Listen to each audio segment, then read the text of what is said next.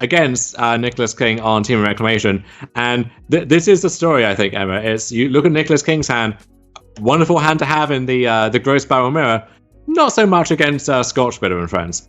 Yeah, this is a situation where Nicholas King likely felt priced into keeping this sort of hand because it does have these Teferis, the Shark Typhoon, these cards that are interactive early and doesn't have a pile of negates or something. But good lord, look at Paul here just off to the races with Scorchbitter and Robber of the Rich right off the bat, punishing such a slow start. We have Annex ready here on turn 3 for Paul Wu as well. Just the ideal 1 into 2 into 3 curve. We get to attack for 3, trigger our Robber again. Expansion Explosion picked up for Paul Wu this time, not Nicholas King. And that even counts as a shock at the very least. Not yet in the face of Teferi, but the problem with Teferi against aggressive decks is it gets attacked down very easily, and I think we're about to see that here from Paul Wu. And can you see Paul just with an embarrassment of riches here? Nicholas already down to 12, facing down 4 on the battlefield. It really is just like a choose your own adventure for Paul Wu, feeling out how to get across the finish line at this point. Paul Wu would love to be able to split the damage between the Scorchbitter attack and the Scorchbitter trigger. Sadly, Spitter doubles up on the player or planeswalker that it's attacking, so we can't do that. But that's just fine. I don't think Paul Wu is going to be too upset about that, as he deploys another Scorchbitter and an Anax and gets to attack in. We'll finish off Teferi. We'll get another card off the Robber.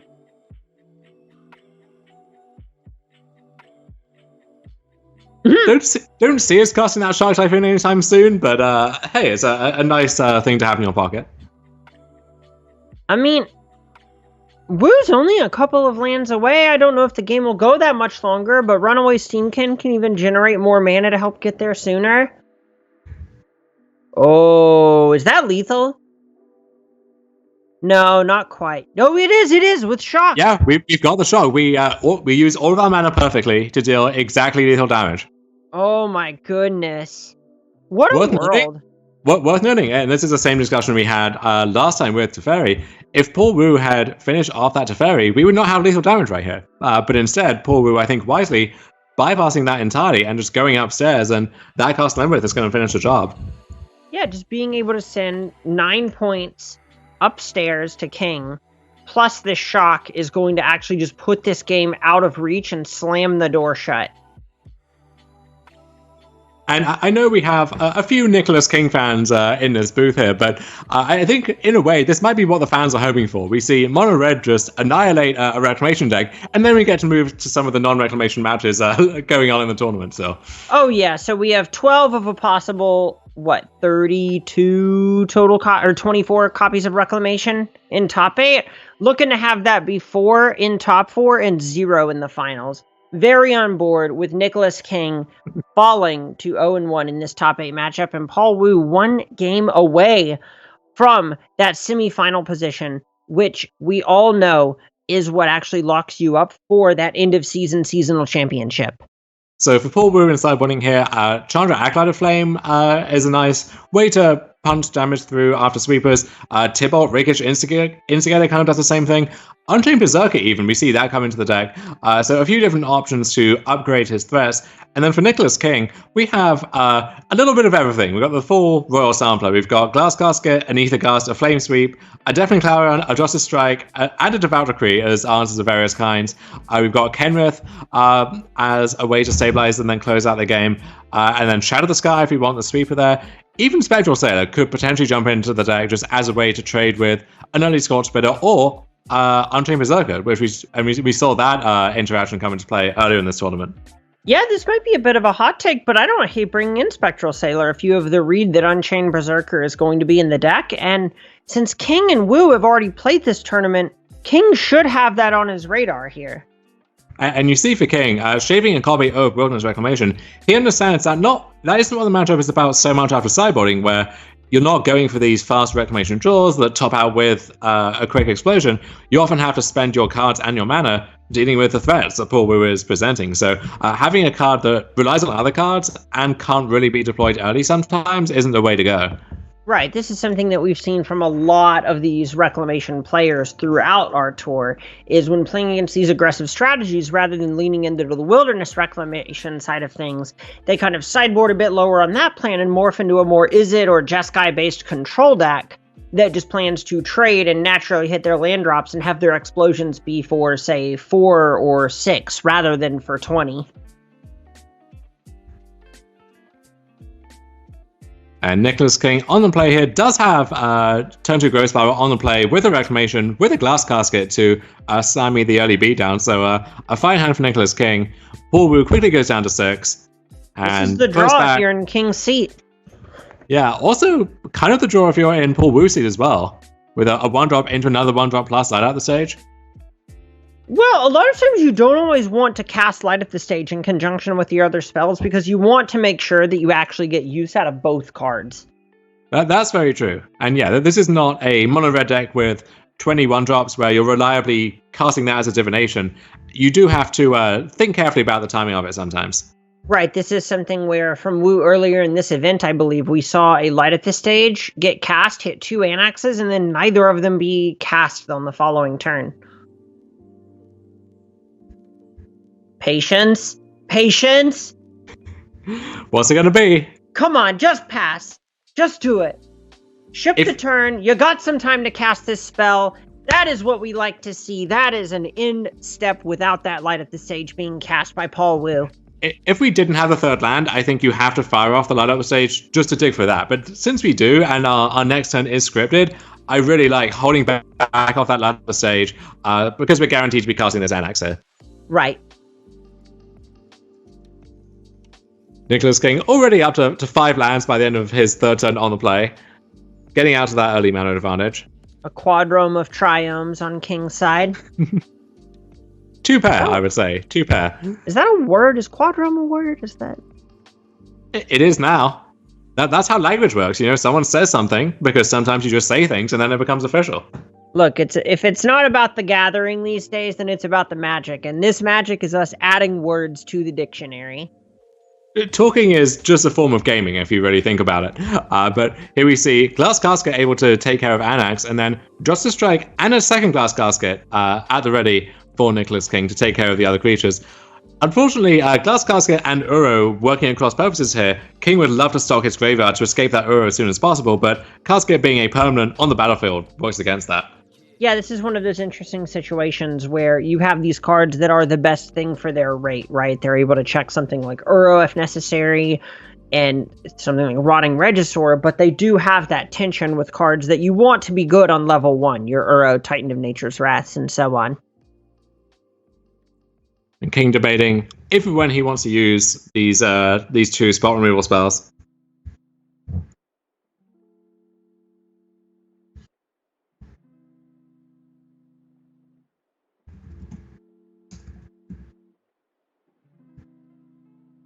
Decides to fire off that second Glass Casket, taking care of the Scorch Spitter. Now is a turn where I'm warming up a lot more to this Light up the stage. Absolutely.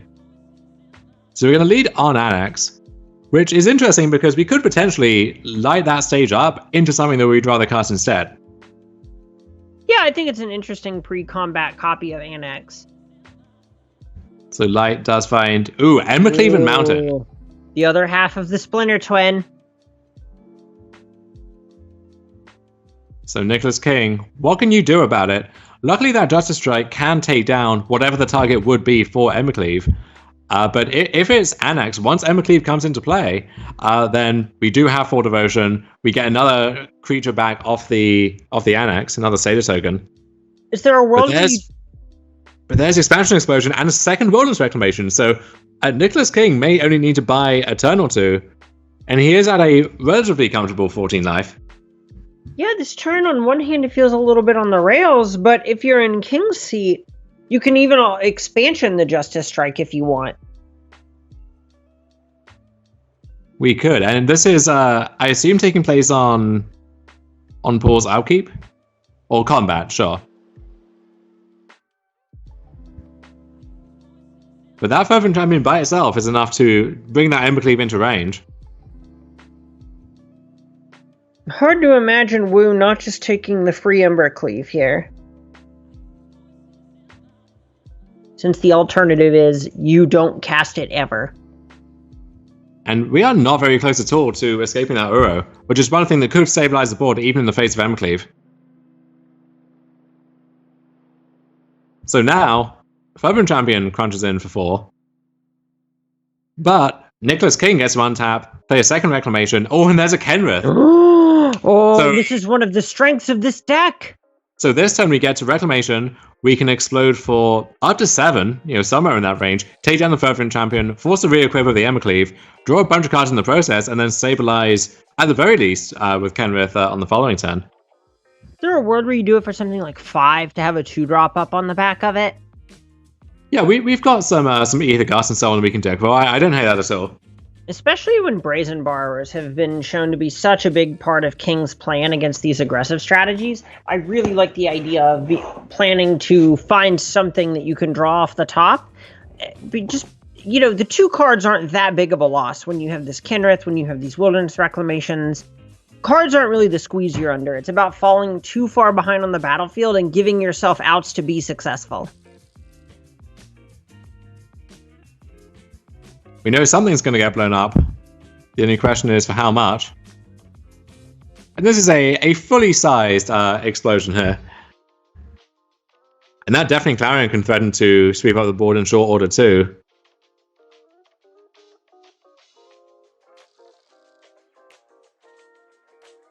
You can cast a Runaway Steamkin and then either equip Embercleave or play Chandra this turn. Looks like we're playing Chandra. And it's literally a difference of a single point of damage. And when King is on a bunch of copies of Deafening Clarion and Shadow the Sky over Storm's Wrath, you really want to take the opportunity to resolve this Planeswalker. And Chandra sets up that Castle Emberth really nicely if you're trying to dodge around like a spot removal spell to fizzle the Embercleave. But now, are we going to see Deafening Clarion or Kenrith, do you reckon? I would almost just expect Kenrith to come down. Oh, or from the graveyard. Don't forget that 8th or 9th card in hand, depending on how you math it. Yeah, it turns out discarding to hand size is a nice way to fill that graveyard up. Oh my goodness. And when you're playing red and your opponent shocks on turn 7, that's bad news. Now we just got to do it all. And I feel comfortable saying that we're going to see a third game here between Paul Wu looking to continue his undefeated streak and Nicholas King looking to rack up yet another strong finisher. Yeah, and this is exactly what we've seen from King time in and time out in this tournament. Back against the wall, taking every inch of possible value. Really just wanting to make sure that he's giving himself the best odds to succeed because of how much is on the line here. We are giving away $10,000 in cash in this tournament, $2,000 up top, a lot to play for. To say nothing of that qualification that these players have already locked up for both the Season 2 Championship at the end of September and the Zendikar Rising qualifier weekend. Oh, these players have not locked up that seasonal championship qualification. No, excuse me. Only the winner does. Well, that's one of them why is going there's to. So much writing on this.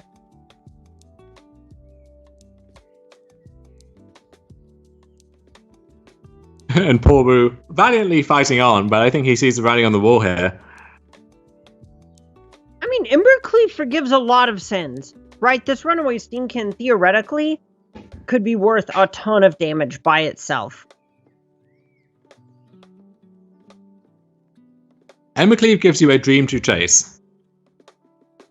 A dream to believe in. Yes, indeed. And this is a kind of situation where, in real life, you maybe surreptitiously flash at Ethergast in the Kenrith, and you move on with your lives. No real facility to do that on Arena, so we are going to play out the rest of this game. But I think we know and they know what the conclusion of that is going to be. We are going to get a third game between Paul Wu and Nicholas King.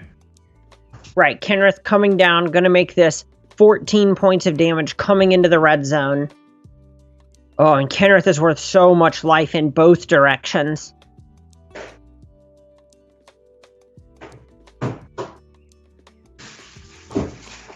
This deck really using every part of the Buffalo, I guess, aside from the black ability, but 4/5 of the Buffalo here on Kenneth the Return King.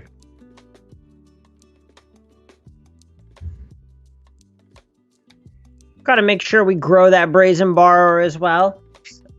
Leave no ability untouched. We can find excuses to use all of them as much as we can before the end of this game. We can draw some cards, gain some life. See, there we go. That's 3 out of 4. Nicholas King speedrunning Kenneth's abilities before Paul has the chance to concede.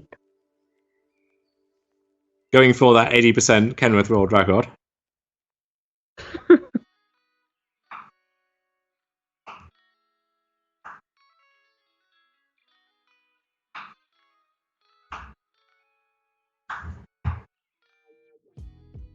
I didn't ask you who you got heading into this top 8 when we were looking at the bracket. Looking at how this game's about to end, going to game 3 between these two players, who you got, Emma? How are you going to make me do this? I'm going to say, let's see, Paul Wu live the 11-0 dream. I think it was one of the GP Seattles a year or two ago where a mono red deck went 18-0, I believe, in the tournament. Just no bias, don't need them, don't want them, just running it all the way up. And that should have gone down in history more, I think, as a truly momentous accomplishment, because it is hard to top 8 a tournament like this. It's even harder to win a tournament, even harder to win with a flawless victory, with giving up no matches along the way. Yeah, everyone wants to be the person who actually gets to do that at some point, right? It's the thing where everyone has kind of dreamed, oh, maybe, but it feels like we really are about to see Paul Wu pitch a no-hitter, right? And you see that if you want to recline in your gaming chair as you bask in the glory of dominating a tournament like this, as Paul Wu may want to do, you can save 10% at checkout if you're ordering from Carnox with the code carnox.com/SCG. And Nicholas King just putting the final touches to his sideboarding here for this all-important Game 3. And speaking of all-important games, Emma, when we talk about 4-color reclamation, it reminds me of a game that used to be a fixture of commentary on the SCG Tour, and that's Name That Nephilim. So, the 4-color combination represented here by this reclamation deck, that corresponds to one of the iconic Nephilim cycle. Can you, Emma Handy, name that Nephilim? Honestly, I've never been more positive in my life that someone is pulling the whole, oh, I totally know it, but I want them to see you name it. I think you gotta say it. When in the reality is, I'll bet you don't know it, Dom. I'll bet you looked it up before this. We got a nice ink shredder decky right here, I believe. I saw Autumn earlier with their innovative twist on 4-color reclamation with black over white, referring to it as Glinteye Nephilim, or Glinteye Reclamation, which is what I thought was corresponding to this color combination. So I incorrectly implied they were just on Teferis and Dovin's Vedas and so on. Turned out they had a whole new twist to bring to the table today. Did not go so well for them, but definitely an interesting thing to revisit for anyone who's planning to play Reclamation in these future weeks. Was that the Glinteye control they had? It sure was. Cannot believe you would question my card encyclopedia. And Paul Wu on the play here for Game 3. We have the double Fervent Champion draw, along with his choice of 2 drops to go with it.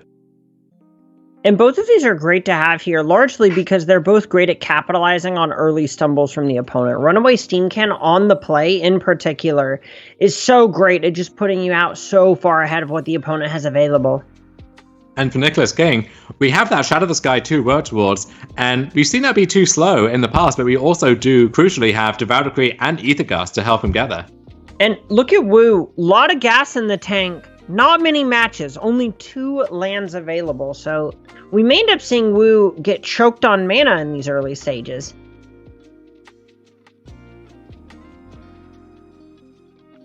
We are hearing that Joseph Sanchez on John Sacrifice is leading Ueda's Mono Black Echo deck 1 game to 0, so we'll keep you updated on that match as it develops. We also have the Ragnar Sacrifice deck of Tim Milner 1 game up against Alexander Gordon Brown on Mardu Anota. and King passing with 2 mana up, and Paul Wu has to think this represents something, either a growth spiral to accelerate him towards an early reclamation or a sweeper, or a form of interaction. He knows that Nicholas King is going to be disciplined in making sure he has stuff to do in these early turns. I just noticed something.